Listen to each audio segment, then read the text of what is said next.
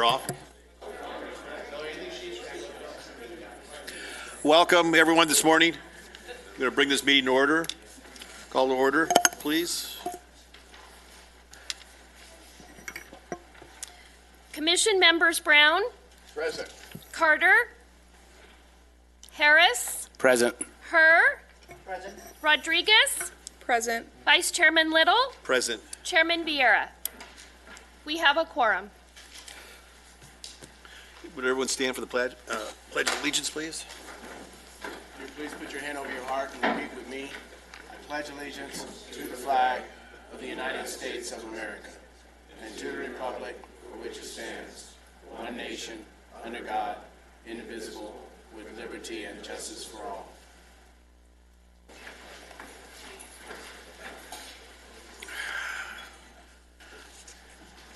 Mr. DeRico, sir. Presentations? Are you ready? All right. Yes, sir. Thank you, Vice Chair Little. I appreciate it. Commissioners, as I said at the last meeting, we're going to be bringing forward some programs and implementation that the council has authorized us to move in a direction along with the support from the city manager's office. The first presentation is something we've been doing for some time, and we presented it a while back, and I wanted to give you some results for this last school year and some history on the Antelope Valley Education Alliance program, where there's been discussions with the school board as well as Dr. Vieira on some expansion of that program. So with me today I have John Keith, Nigel Holly. These guys run that program over at the school. They have different facets and responsibilities as it relates in their interaction with this program. This is a program that we implemented in 2013. They have a presentation. The secondary presentation that I put on there, I'm going to go ahead and push that to the next meeting just because I want to give them the time to go through their full program here, if that's okay. All right? Thank you, guys. Well, good morning, Commissioners. My name is Nigel Holly. This is John Keith. I'll start the presentation off, and then John Keith will continue to the end with some of our stats and some of the things that we've accomplished thus far. Yeah.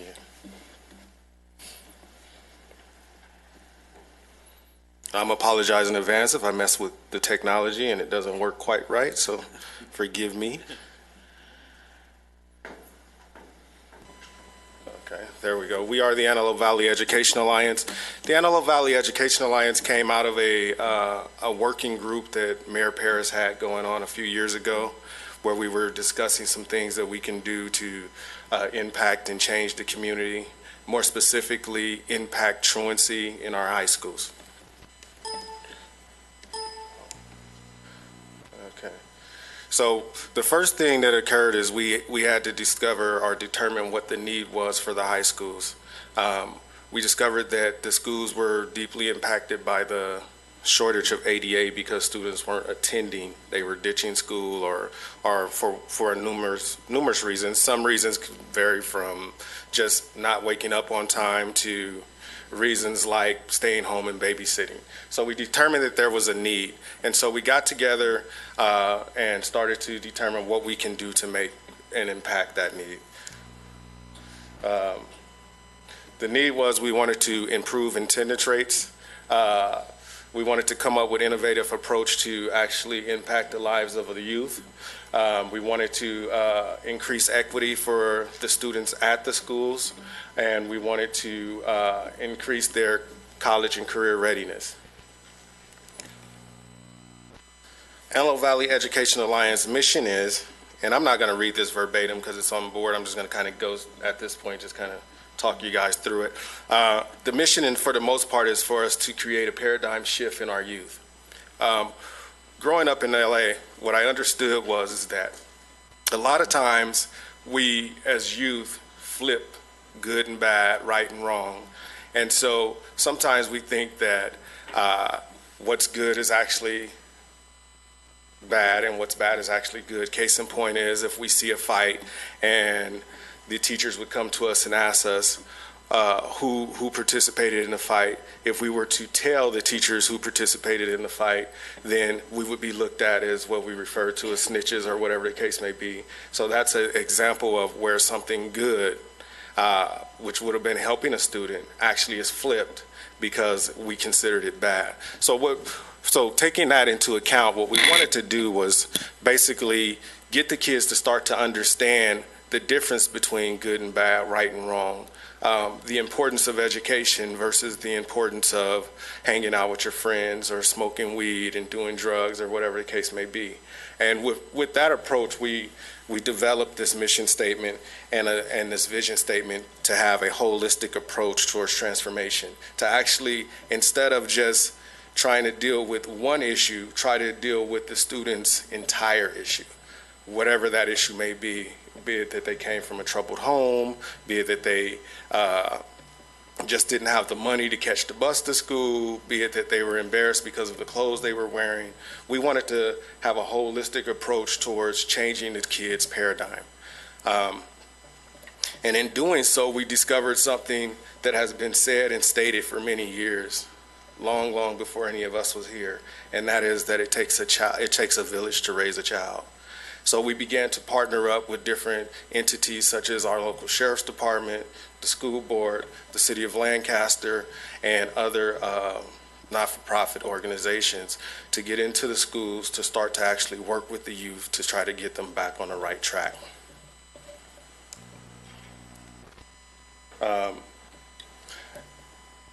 Our ultimate goal is more than just attacking truancy. We want to do more than just get students in the seats at school.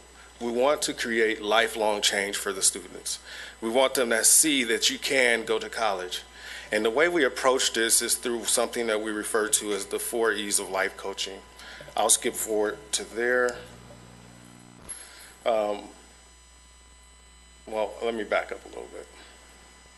So part of our partnerships is, of course, on-campus partnerships, working with the staff, working with the sheriff's department. We've implemented an after-school program where we do life coaching, mentoring. We've taken the kids on trips. We took them to Pepperdine one year where they were able to stay on the college campus for a few days. We took them to UC Santa Cruz where they stayed on the college campus for a few days. We've taken them to the Museum of Tolerance where they were given exclusive tours of the Museum of Tolerance through something that's referred to as the Shades program, helping to dispel hate and hate crimes. We've poured a lot into these kids, and as we get towards the end of this presentation, you'll see some of the changes that's occurred because of the things that we've done thus far. Now moving back forward to the 4 E's of life coaching, what we do is a 4-step approach, and this is something that was developed out of my background in business and when I would do coaching for my staff when I was running a different company. What it is, in short, is we get the kids to start to understand where they currently are. We understand, to get them to understand their current reality. Now, a lot of times, us even as adults don't want to really fully embrace our current reality. So in getting the kids to understand where they actually are, if you're truant, you're truant. We understand that. If you're failing all your classes, you're failing all your classes. We understand that. We don't want the kids to believe that because they're truant and they're failing all their classes that they're necessarily a failure, but we do want them to understand that if you are not going to school and you're failing all your classes, how can you be successful? We want them to accept that reality. Once we can get the kids to accept that reality, at that point then we can get the kids to start to see a different future. We start to paint a picture for them so that they can have a brighter vision of what they can become. That vision can be as small as I'm going to get to school every day this week on time, or as big as I'm going to go to Harvard. But we take it in baby steps because the kids are always at different levels in their development. So depending on where the kid is at, we do an intake where the kid answers several questions, where we start to understand their background, their home life, their educational life, and the different things that they've been going through. And then we create a curriculum directly for that kid. We walk that kid through what's best for them. So that kid, one kid's vision may be, I just don't want to fail all my classes this semester. And so we give them the next step, which is we help them create an action plan on how they won't fail all their classes, the things they need to do to be able to be successful for all their classes. And then after we take them through the action plan, then we start to teach the kids how to self-evaluate. How do I know if I'm on track? How do I know if I'm doing the right things? And then we run them through the cycle again, because at that point their reality has changed. Now they're coming to school every day, but they're struggling because they've missed the first semester of the school year, so they're behind in the coursework. And then we run them through the cycle again until we get them to the point to where they become successful. Okay, some of the impacts that we've had on the school is we've been working with the staff to get more students at Saturday school. Antelope Valley High School currently is turning out more students to actually attend Saturday school than the other schools in the district. We've been able to do attendance retrieval through a winter retrieval program where we actually had kids come to school on their winter break to make up credits and make up ADA. We do tardy sweeps. We have been able to get both the students and the staff buy-in on campus to be a part of the program, and we give the students access to technology services. So case in point, they can come to the room that's designated for us to sit down and actually do homework when they don't have computers at home. Some of the highlights of the program, I'm going to let John Keith go over. Thank you. All right, good morning, ladies and gentlemen. Now, as Mr. Nudge said, I'm going to be going over the program highlights, and Mr. Hawley covered a lot of things. This program is an all-encompassing program, so we cover a multitude of things. However, being that this is a truancy-based program, a lot of the statistics and highlights that I'll go over are going to be based on some of the truancy-based programs that we did. And one of them was, of course, the attendance winter retrieval. Basically, like Mr. Nigel said, this was an opportunity for students who had an attendance issue to correct that issue through the 4 days of going to the winter attendance retrieval. We averaged about 260 students per day over that 4-day span. In those days, the students had an opportunity to gain personal, social, and developmental skills, as well as tutoring and study hall that can affect their end of the semester grades. And of course, the ultimate goal, reduce some of the attendance issues. We also had a big hand in Saturday schools and tardy sweeps. So for this last year, the AVEA program actually headed up the tardy sweeps and some of the disciplinary-based Saturday schools that were issued. And what we found was when we actually had parent involvement as well as student engagement together, when they're combined, we had a 90% success rate on students actually attending Saturday school. So what we would basically do is when the student had a disciplinary issue, we sat them down and we talked to them about why they're getting the disciplinary issue. We called parent and let parent know to keep them in the loop. But we also followed up the Friday before the Saturday school to give them a reminder. So we'd go and do an actual class check and let the student know, and we'd do a phone call and remind the parents. We had a 90% success rate with that, which was a great turnaround from the previous years. Being that parent involvement is big for us, we wanted to make sure that we're always keeping them in the loop. We actually had either physically met with or had a phone call with over 500 parents throughout the program.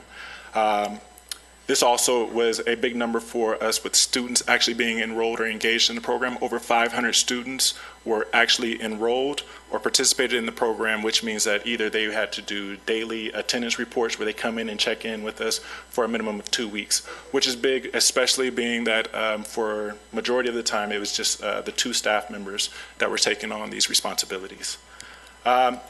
We have an after-school program that we do, and we had over 340 students participate in these after-school programs. And basically what we do with that is an hour of life skills, as well as an hour of tutoring and study hall. That's over 5,000 hours of study hall and life skills that these students were able to obtain through this.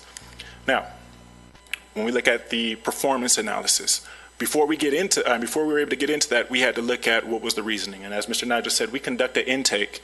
And when we do that intake, we ask a series of questions. And with those questions, one of them that we ask is, why are you truant? And we get a multitude of answers. However, the top reasons is due to waking up and transportation, right? So this number has a direct reflection, and it's kind of difficult to see the numbers, but I'll go ahead and explain them to you. Over the past 2 full academic years, as you can see, the absentee rate dispersed amongst the 6 periods, you have a 24% or over a quarter, or around a quarter of the all absentees come from first period, which shows that waking up and transportation is the issue. And then it's 15 to 16% throughout the other periods. Now, of course, AVEA's goal, we have lofty goals. We want to try to reduce that down to 0. We're working on it. However, we have had some pretty good success. So when you look at the performance numbers for AVEA, in the 2015 year, the completion of 2015 year, that was our pilot year, we got about a 41% success rate.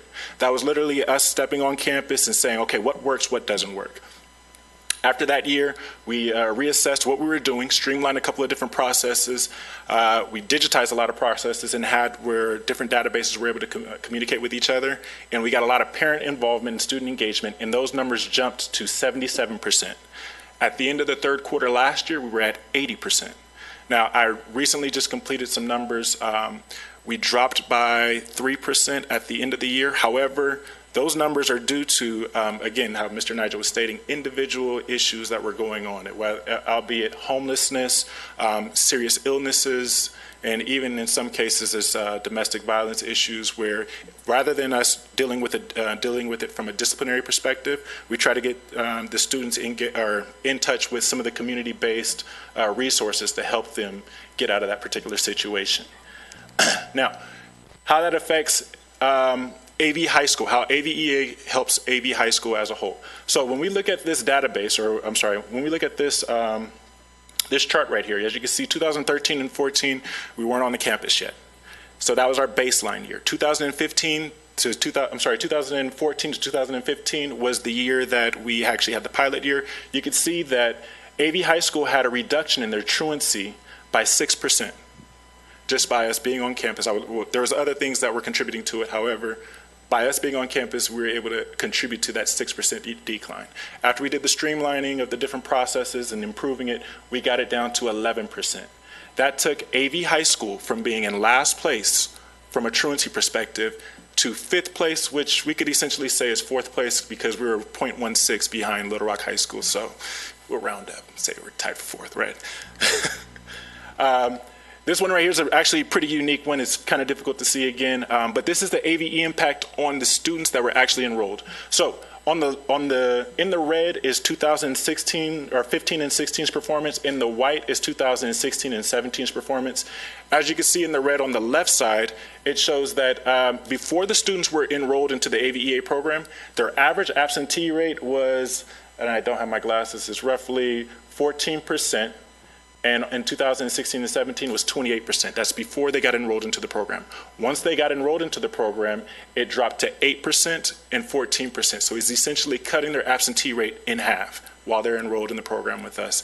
That overall is about an 8% total absentee rate, or absentee rate reduction, which translates to about 5,000 period absences that we are able to save. Now, how does that correlate to, again, AV High School's, some of their targeted performances? The district put a target presence goal for the school to actually achieve. And basically what we did with that was the baseline is the bottom, and as our caseload increased, AV High School was able to go above the targeted rate of presence by us being on campus. And of course, like I said, there's other things that we're doing in there. However, AVEA had a great impact on that, and we were actually ending off with 2,357 period absences above what the target rate is. And so not only do we have an impact on the school, we also had an impact on the community, and I'm going to have Mr. Dorico come up and talk a little bit about some of the community-based impact.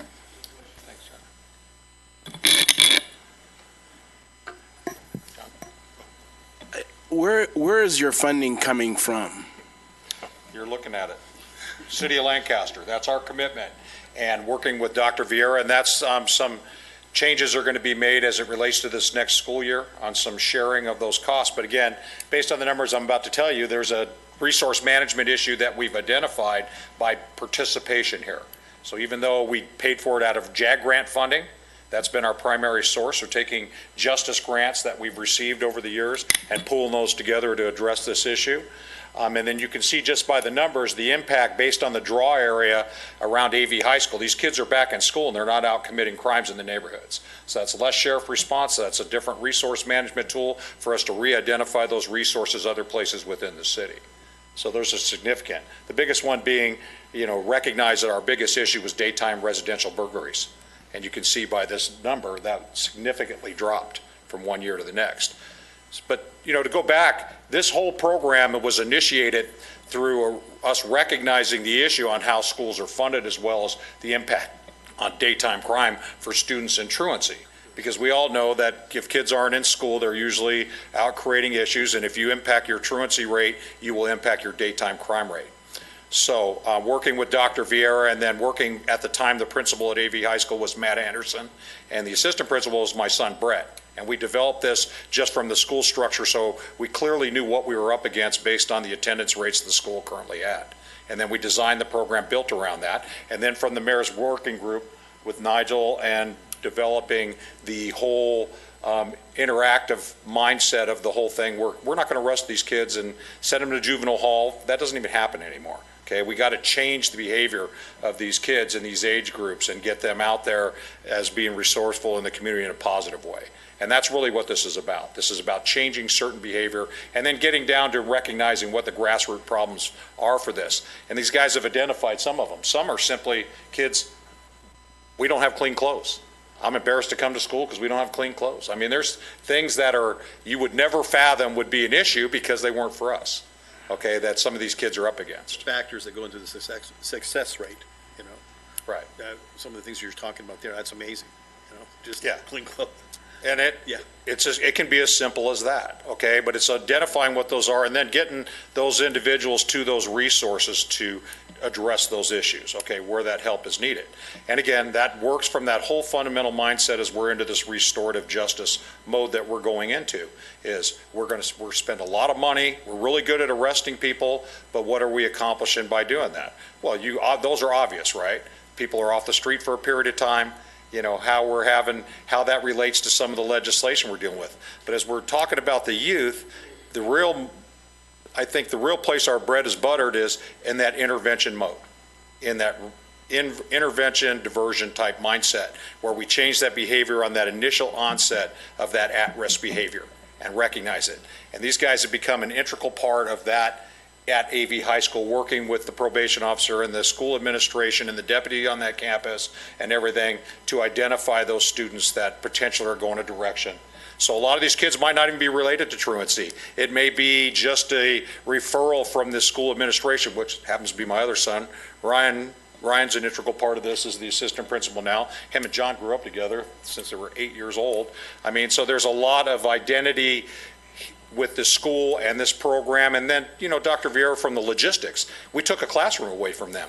We had to come in and do things with the logistics of making it separate from the rest of the campus. Lots of things to deal with now with teen court, okay, and the community youth court mindset that these guys are participating in and in that diversion model. So I think the true test of where our success is going to be down the road to see really, were we able to take those resources that we're now not utilizing for certain crimes that are occurring in a specific area, and how do we're not going to get rid of those resources. We're going to move them somewhere else where it could be more direct on the things that you guys see every month as it relates to the reporting districts that are having all types of issues.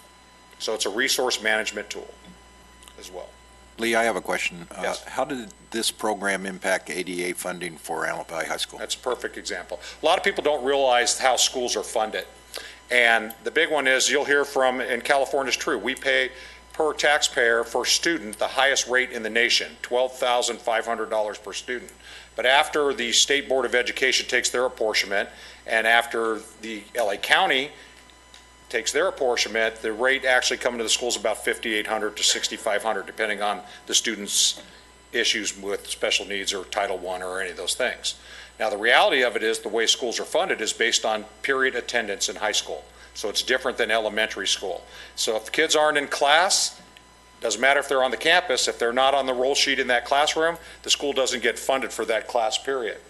So you can see based on what John said, as it relates statistically on how many class period, that percentage becomes huge. We're talking about millions of dollars here, okay? So even though the school has to hire teachers and classified staff and support staff and administration based on enrollment, that doesn't mean they're going to get the money for every one of those students unless those students are in class.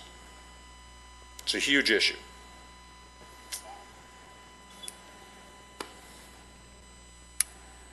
How many students, percentage of students that there was an issue with as far as truancy right now? I mean, I would think that your jobs are incredibly tough, and in today's youth, and I'm just wondering how many students are you having to deal with and projected deal with, and with AV High and with all the other high schools that are around. Okay, so as AV High School, as we stated before, AV High School had one of the highest truancy rates. We deal with 15 students per caseload at a time, so we're averaging about 30 to 45 students that are enrolled in the program at one time, which ends up transitioning to about 130 students per year that were actually enrolled in the program.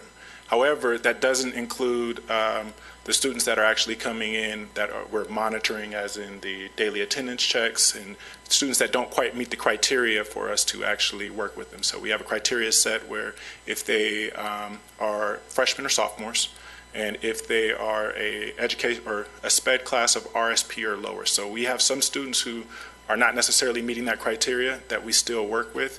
But overall, as a school, I don't have the exact numbers as far as how much we could say is classed as truant.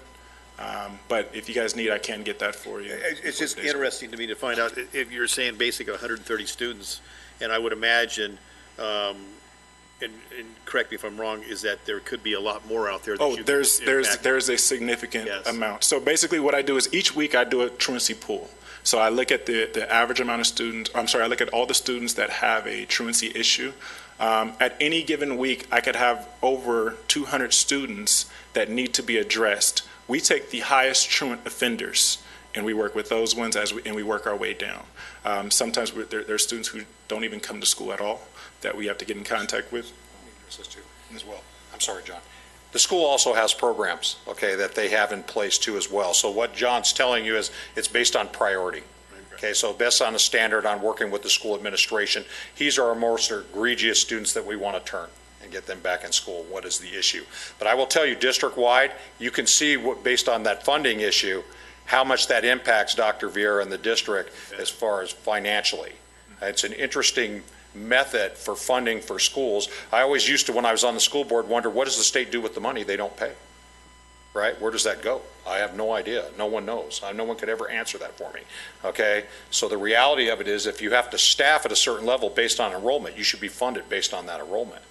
And so this is a transition. So every October, November in that transition, either they lose staff or they have to hire more staff because of based on that enrollment change, but that's their deadline. So they're stuck with whatever that is for the rest of the school year, right? But then if the kids don't come to school, they don't get funded. So it's a huge issue. And I think you can see that it does have an impact on issues, other non-related issues to truancy other than impacting criminal behavior in the community. These kids need to be in school. That's it.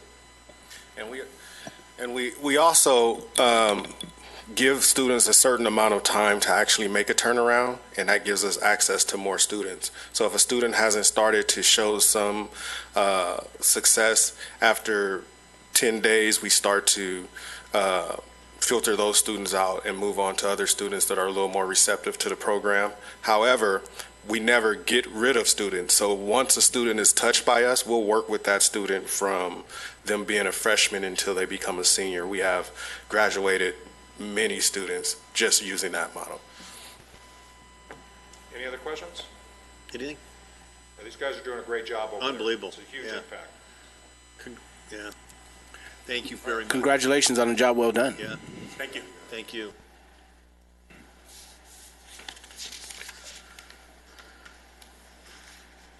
Lynn, did we have any speaker cards for agendized items? Nothing? No, sir. Okay. Let's go right to the consent calendar. The approval of the minutes. Has everyone had a chance to review the minutes for last meeting? I make a motion to approve. I second. We have a motion and a second. Please vote.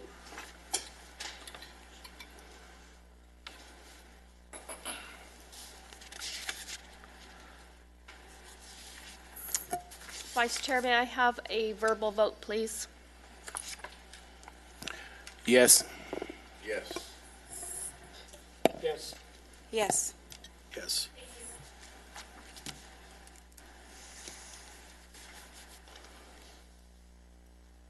And Lee, the other presentation is going to be presented next month, you say? Okay, good. Sheriff's Department. Hi. How are you? Good evening, sir. Good morning, everybody. Happy 4th of July. Let me get this going. We'll start with our Crime Commission report.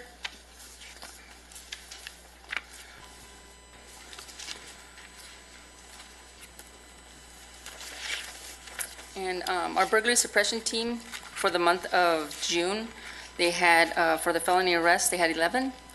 They had 4 search warrants. They had 5 warrant arrests. They recovered 3 firearms, and then they recovered $48,000 worth of property, stolen property. Our LANCAP team, they had 36 felony arrests, 62 misdemeanor arrests, totaling 98 arrests. They recovered 5 stolen vehicles and 2 firearms. Our robbery team, they had 17 felony arrests, 3 search warrants. They recovered 1 firearm with a total of 29 robberies, and 16 of them were armed, 13 were strong-armed. On our last slide here, community engagement, it's not in your little packets, but we did have a little safety presentation at Corman Charter School for kids with special needs. Basically, I just go in there and hand them a little coloring book from the Sheriff's Department with safety tips on what to do during the summer, calling 911, don't talk to strangers, how to cross the streets. So it's real simple, and the kids loved it, so I passed out the coloring books to them. For June, we did our Tippecop at Chili's. That we raised almost $3,000 for them for the Antelope Valley Special Olympics. That was a great event. The whole community came out that night, and it was like an hour wait at Chili's that evening. So it was really, really amazing how the community came together to help us raise money for them. And the funds do stay locally, so that was good. In June, we have our monthly coffee with the deputy, and at the end of our month, we had our Courageous Kids, which is also a special needs group that will come out and do a rock climbing and meet a deputy. So that was nice for them to come out. Okay. There's some pictures on the end of that slide. As you can see, the captain showed up. He served some of our food there. Go ahead. And that's my group of kids. They really enjoyed it. Okay. All right, our next slide, our next group is going to be our ComStat for the city of Lancaster. And for our part 1 crimes, as you can see, our crimes are still low compared to last year. Our rapes also we have gone down. Our robberies are up slightly for the month of June. Our aggravated assaults are down. Our burglaries are at the same as last year. And our thefts are up. And our grand theft vehicles, those are slightly down, are coming down, but still above the average of 53%. For our leaps, our LEAPS report, we had 35 arrests, 15 fights and assaults, 18 traffic stops, 13 offense suspicious circumstances, and then 11 persons with guns, and 10 burglary or robbery. So they helped with surveillance, some of those. Any questions? Any questions at all? Thank you. Thank you. Appreciate it. Have a good summer. You too.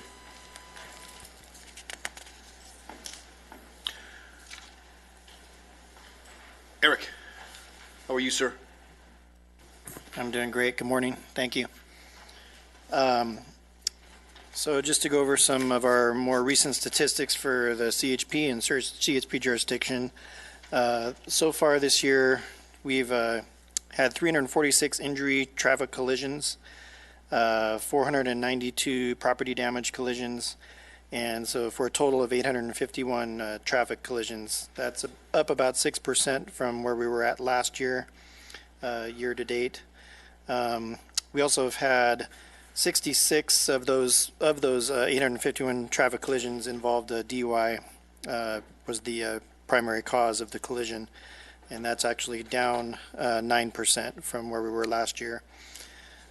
We had so far this year we've made 7,853 enforcement contacts, provided 2,502 motorist services, and fatal collisions we've had last quarter we had 8.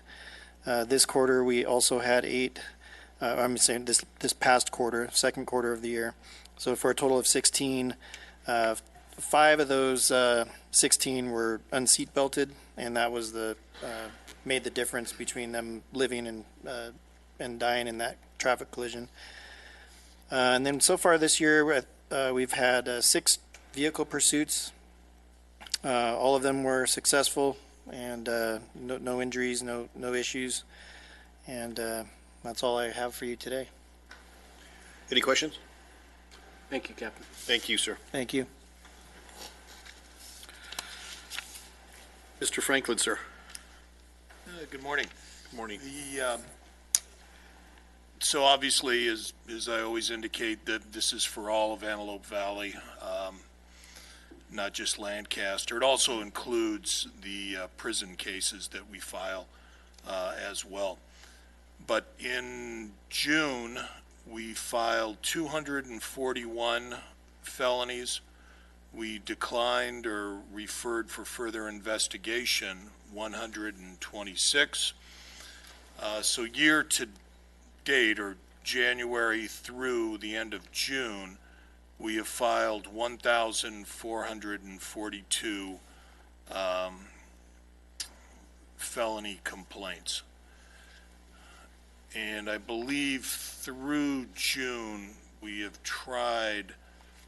done approximately, I believe it's 70 jury trials. As far as misdemeanors, again, for June, we filed 775 misdemeanors, declined or referred for further investigation 135, and again from January through the end of June, we filed 4,198 misdemeanor cases.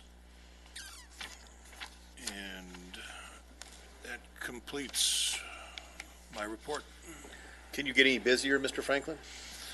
I was just going Well, the summer months tend to actually do get a little busier. Jeez. Incredible numbers, aren't they? Mr. Franklin, the state passed a couple of propositions that had the tendency to release people from prison before their term was up. How has that affected what's happening in your office?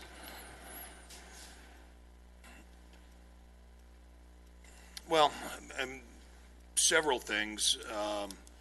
The defendants are clearly aware that of these new propositions, and if you listen to any of their jail calls, a lot of times they'll indicate, that they'll be out sooner because of these various propositions. Also, as you can see, some of the The burglaries are beginning to creep up a little bit. Some of the other crime statistics are beginning to creep up a little bit. Here, however, because of the good job that the CHP and the Sheriff's Department are doing, we tend to keep these down pretty well. Also, with the innovative programs such as what we just heard from Nigel and Mr. DeRico, those tend to keep it down a little bit. But it does make it more difficult overall when there is, for various crimes that you would not go to real state prison for instance, identity theft, burglarizing a vehicle.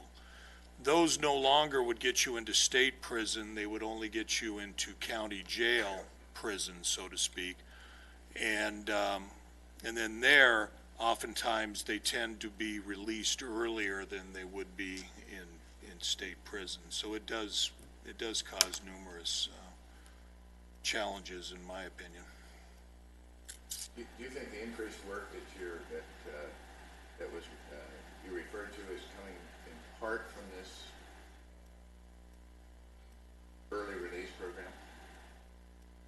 I would say certainly with some of the more serious offenses, yes. But as I indicated once, or I've indicated before, when Prop 47 was passed, we actually did see a decrease in the amount of felony filings. And that's because petty theft with priors is no longer a felony. It's just, you could have 50 and it's always going to be a misdemeanor. Most drug offenses, unless it's possessed for sale, or the large transportation for sale, it's going to be a misdemeanor.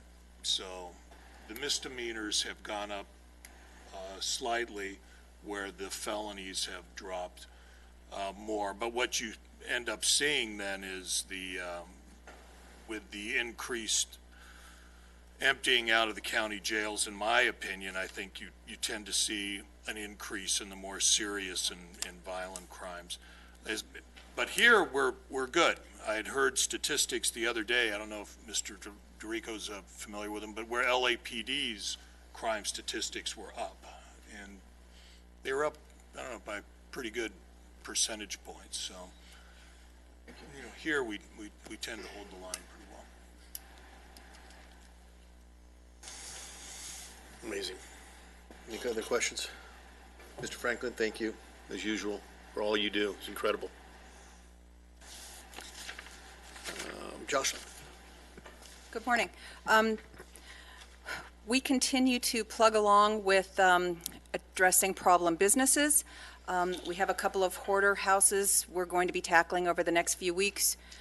That's particularly troubling in summer, both for the health issues, the sanitation issues, as well as increased fire damage when you have all of that accumulations. It causes a real problem, and it seems to be exacerbated in summer.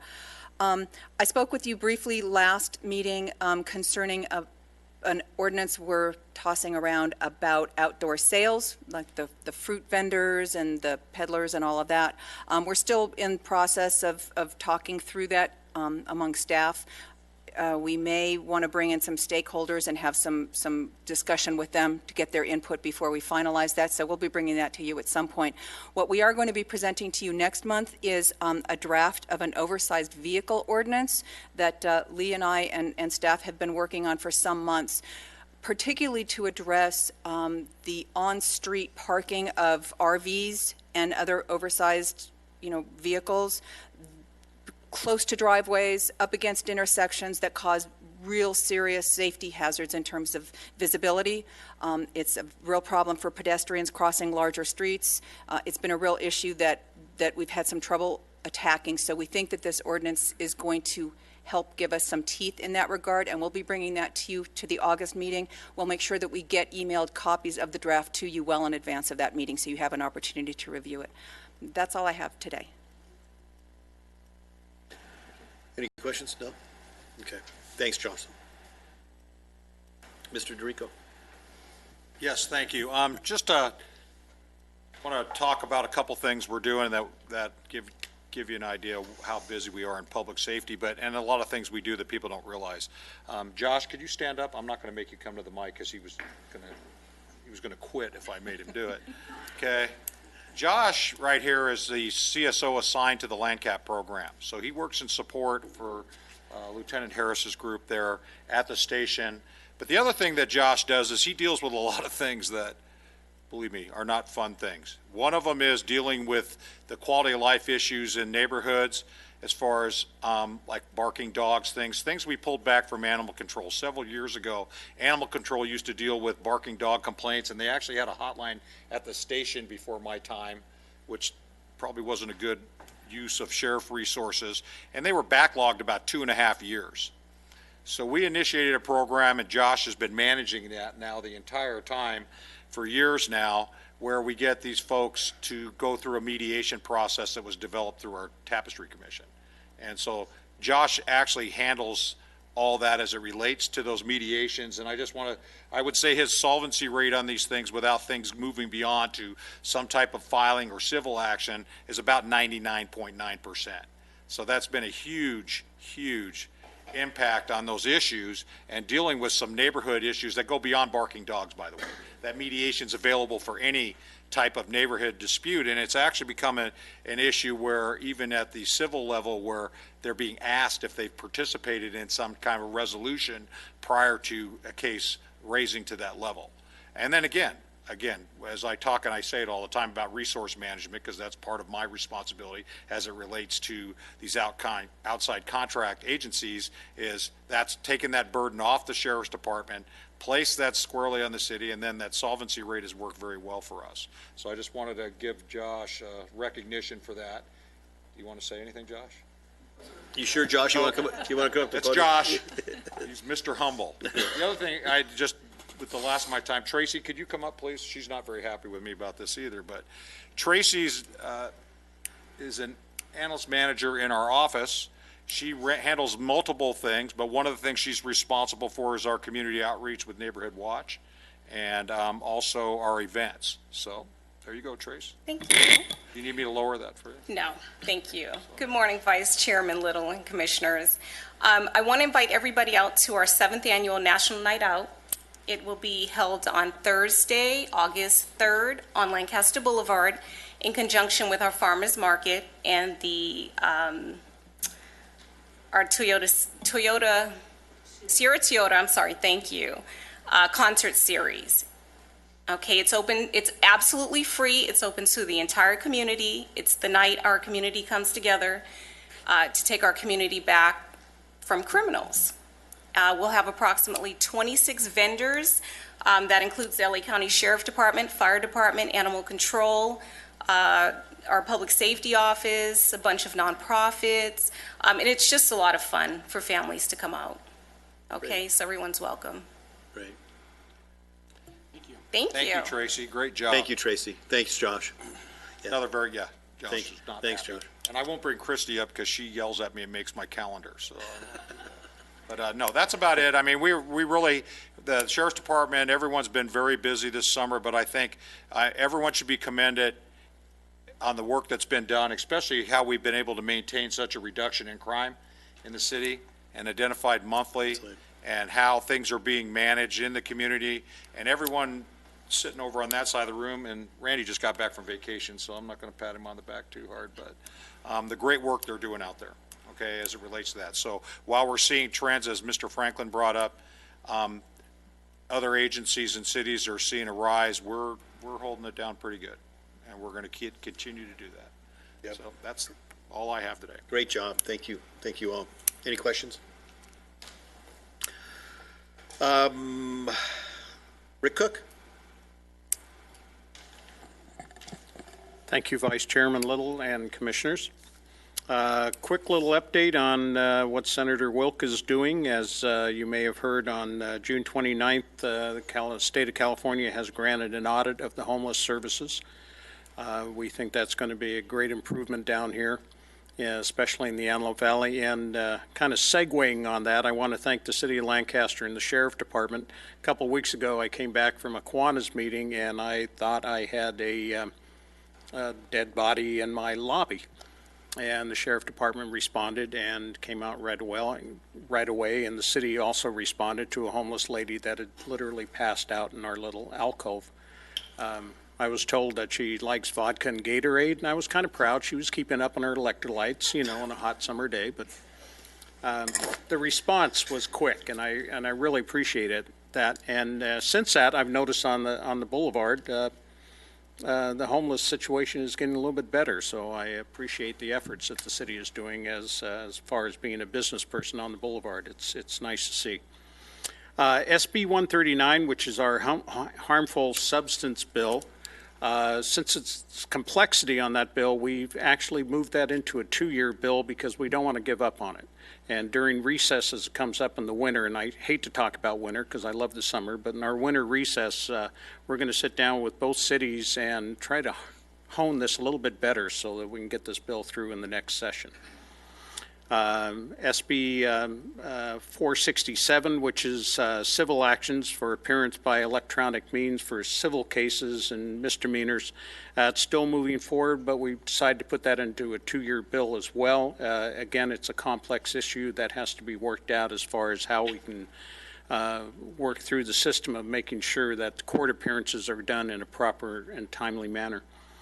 And we're still working on Dr. Brown's bill, the trauma bill, SB 792. We're still moving forward on that, and it's nice to see at least the pressure of this bill has got LA County looking at forming their own commission to look at trauma funds that are going to AV Hospital. So that is my update for today. Thank you. Thank you, and I want to thank Senator Wilk for his help on that. From my point of view, from the Antelope Valley Hospital, of course, the county had been quite happy to spend the vast majority of the funds raised by Measure B on their own facilities and almost nothing to the Antelope Valley Hospital. And I think there's a parallel between that and the audit that's going on with respect to homelessness. Again, what they turn up is that the county is far more generous with their own community than they are with ours, and yet our homeless population certainly rivals per capita what they're seeing in Los Angeles. So thanks again to you and to Senator Wilk.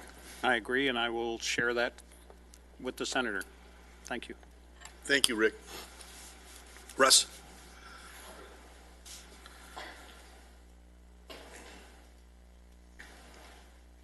Hate to break tradition now. Real quickly, just a couple of things going on. We talked about last time the trailer bill to Prop 64 that has been signed on the budget. A couple of things on it that I don't know if we mentioned before is the open container law part of it, to where marijuana or cannabis being transported in a car now will require it to either be in the trunk, very similar to alcohol. It's a basic thing with alcohol sort of thing. In the trunk, or if it's in the passenger compartment of the car, it has to be in a sealed container. So that's a $100 fine if you find someone who's breaking that law. That's coming out in January as well. Some of those I found kind of interesting reading further into this. City taxes, one of the things that in January you will be allowed to recreationally grow 6 plants of cannabis yourself. The city of Fontana has attached a $411 basically fee that if you want to grow will cost you $411 to do this. Now, the money they say is going to go towards law enforcement for the city, and of course the ACLU, which the city is no stranger to, says it can't be done. But that's kind of an interesting touch on the law of the growing. So we'll see how that plays out. But I thought that was an interesting twist on it. A law that this commission should be looking at, or a bill right now, would be AB 1559. The reason why I bring that one there up, it's if that passes, it'll be a grant that for law enforcement agencies, for cities, to their law enforcement agencies, to be able to use technologies for gunshots. Be able to zero in where gunshot ranges, where if a gunshot is fired in a city, using the technology of it to be able to zero in where it's fired at. And this will allow a grant to the cities to install this. And there's a few stipulations in it, but it seems pretty simple. So it's called the Community Engagement and Gun Violence Prevention Grant. So we'll see if that passes. So that's it. Any questions?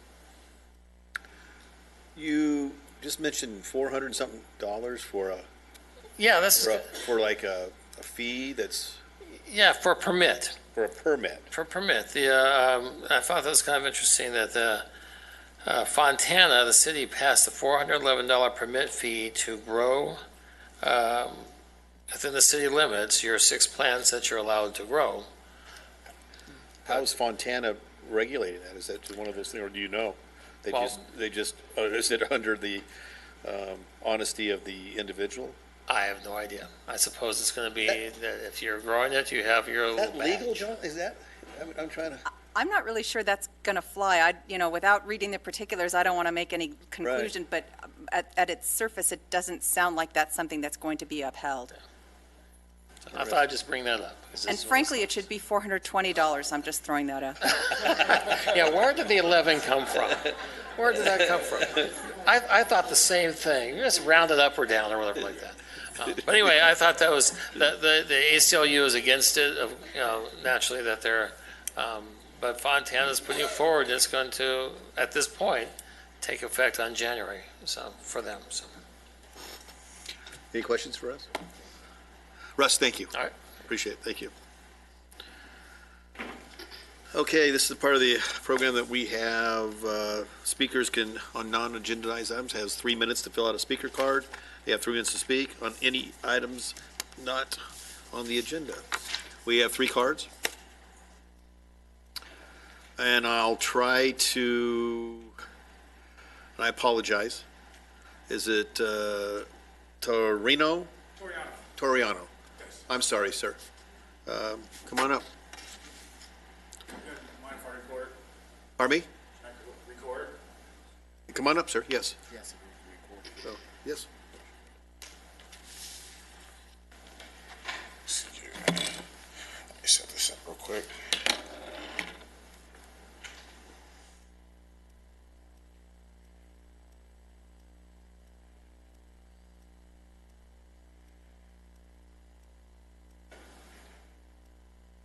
Okay.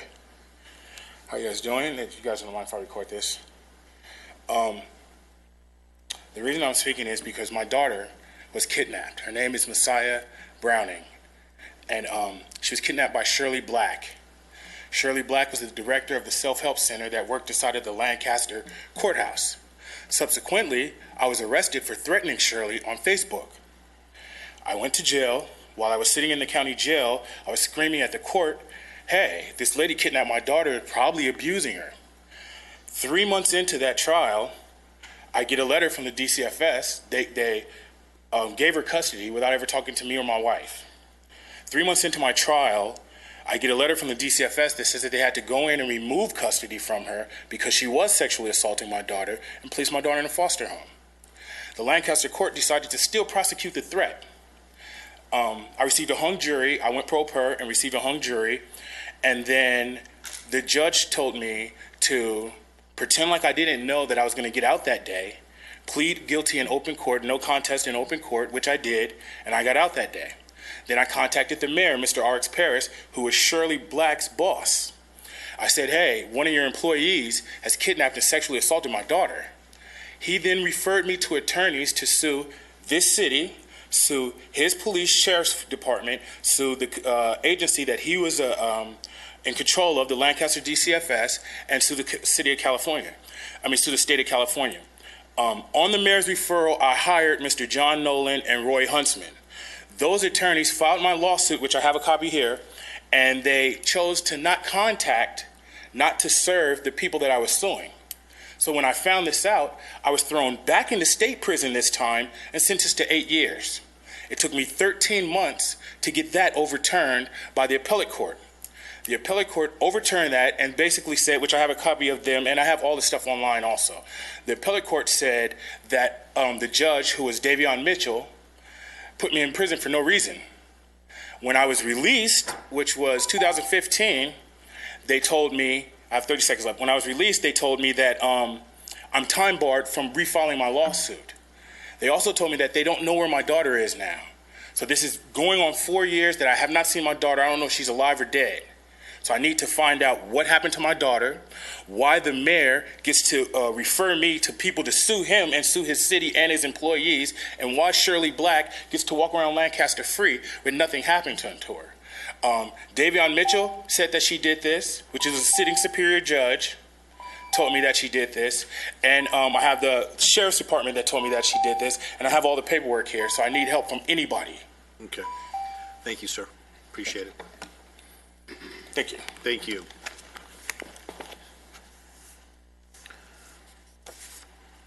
Farrell Mitchell.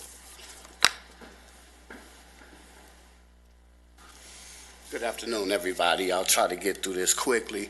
This is another program by the Mayor's Working Group. Remember 2 years ago when I came here and I was talking about crime, and I said that we are fighting crime, we're fighting the symptoms and not the cause of the crime. And when you fight cancer, you can't fight the symptoms and not fight the cause of the crimes.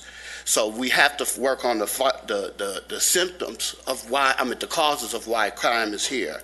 And the reason why crime is in our community is because of jobs.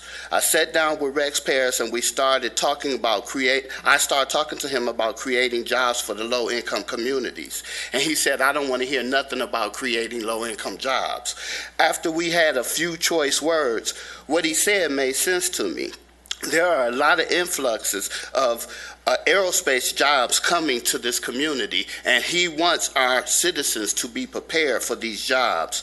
The mayor said we need to train these citizens on how to have these careers. These are not low-income jobs. These are lifelong, high-paying careers for our citizens, and he wants the Community Action League to help with this.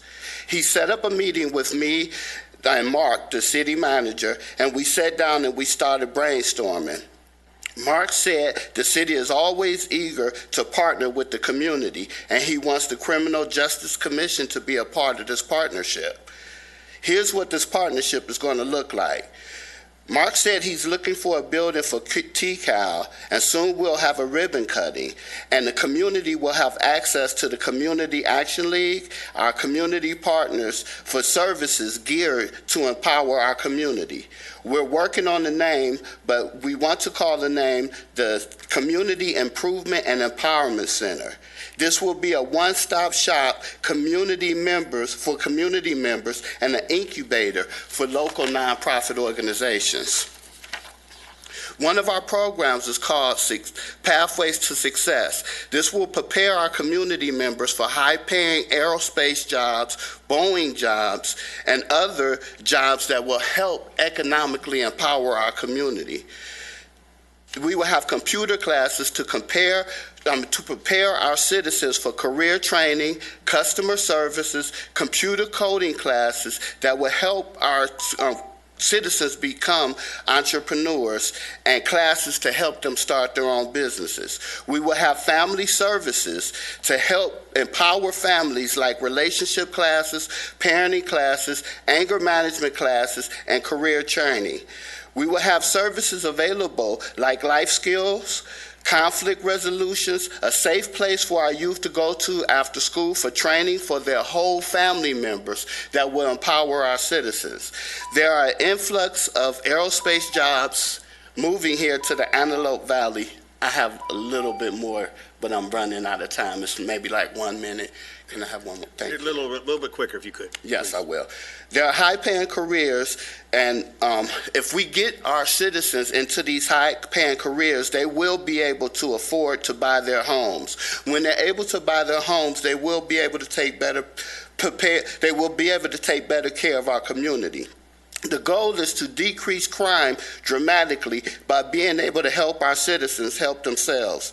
Together we can make a difference, and we can help our children in our neighborhoods have a positive way to spend their time through organized recreation, tutoring programs, part-time work, and career volunteer opportunities. The benefits to our families is that they will have access to services that they wouldn't normally have access to. These services will help them build a personal relationship with their children. When we do this, education will improve, and this will make our city more attractive for residents to move into, and more businesses will want to build in our city. The benefits to our city is more new businesses mean more new jobs. More businesses mean more donations to our nonprofit organizations. More local businesses and small businesses means more money coming into our city taxes. Our city will get more money because of the new small businesses paying for their business license and other city services. TCAL is excited about this win-win partnership that we're building with the City of Lancaster and the Criminal Justice Commission. The City of Lancaster can continue to prove that all citizens in our community is their number one priority, and we all want to live in safe, productive communities. We have designed a team where all stakeholders have an investment in our city, and that the Antelope Valley is the best place to live and raise a family. Thank you. Mr. Mitchell, is there any questions? Thank you, sir. Appreciate it. Thank you. David Paul.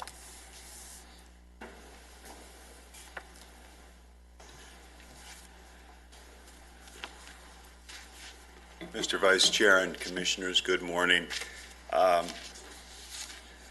It's kind of the best of both worlds this morning. You know, I see the progress, and I see also how far we have to go in the commitment to solving these problems.